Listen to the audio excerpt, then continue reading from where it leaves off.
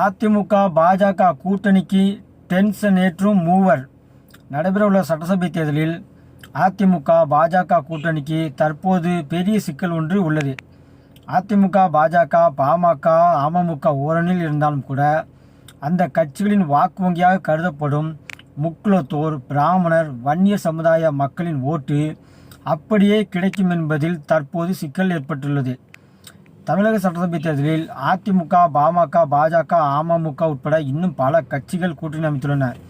இந்த தேர்தலில் திமுகவை வீழ்த்தி எப்படியாவது ஆட்சி மாற்றத்தை கொண்டு வர வேண்டும் என்று இந்த கட்சிகள் கருத்து வேறுபாடுகள் எல்லாம் மறந்து ஓரணியில் ஐக்கியமாகியுள்ளன. இப்போது அதாவது நேற்றைய தினம் தொகுதி பங்கீடு செய்யப்பட்டது. இதில் பாஜகவுக்கு 27 தொகுதிகளும் பாமகவுக்கு 17 தொகுதிகளும் அமமுகவிற்கு 11 தொகுதிகளும் வழங்கப்பட்டுள்ளது.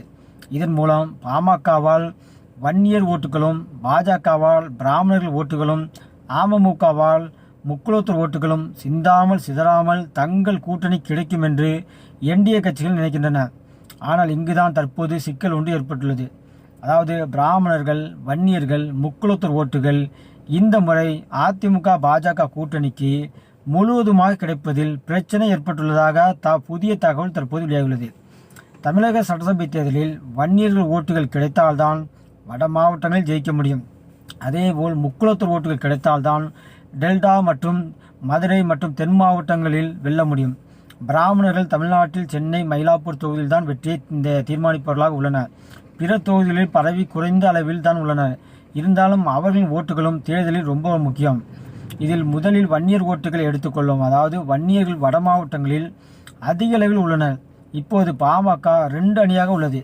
ஒரு அணி ராமதாஸ் ஒரு அணியாகவும் அன்புமணி இன்னொரு அணியாகவும் செயல்பட்டு வருகின்றனர். இதில் அன்புமணி ராமதாஸ் மட்டுமே பாஜகவில் இணைந்துள்ளார். ராமதாஸ் சசிகலாவுடன் கூட்டணி அமைத்துள்ளார். ராமதாஸ் சசிகலா கூட்டணி வெற்றி பெறாவிட்டாலும் கூட போட்டியிடும் தொகுதிகளில் கணிசமான வாக்குகளை பிரிக்க வாய்ப்புள்ளது. தொகுதிக்கு சுமார் 5000 முதல் 10,000 வாக்குகளை கூட பிரித்தால் கூட அது அதிமுக பாஜக கூட்டணிக்கு சிக்கலை ஏற்படுத்தலாம். ஏனென்றால் ராமதாஸுக்கான வாக்கு வங்கி வன்னியர் சமுதாய மக்கள் தான். அதே போல் முக்குலத்தோர் சமுதாயத்தை எடுத்துக்கொண்டால் சசிகலா தற்போது ராமதாஸுடன் தனியாக கூட்டணி அமைத்துள்ளார். சசிகலா நிறுத்தும் வேட்பாளர்களும் ஓட்டுகளை பிரிக்க வாய்ப்புள்ளது அதிக அளவில். இவரால் டெல்டா மாவட்டங்களில் பின்னடைவை அதிமுக ஏற்படலாம். ஏற்கனவே டெல்டா மாவட்டங்களில் திமுக பலமாக உள்ள நிலையில் சசிகலாவின் செயல்பாடு பிரச்சனையாக மாறலாம்.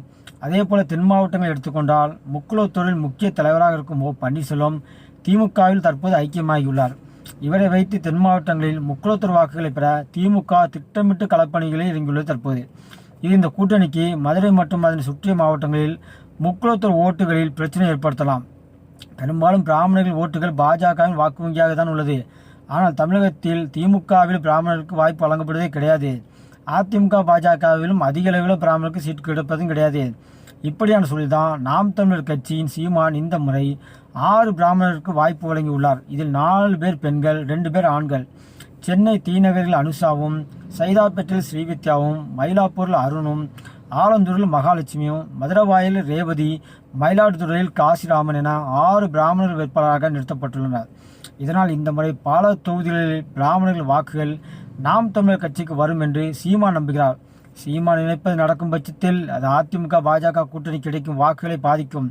ஏனென்றால் பெரும்பான்மையான பிராமணர்களின் முதல் தேர்வாக பாஜக கட்சி தான் உள்ளது என்பது இங்கு குறிப்பிடத்தக்கது.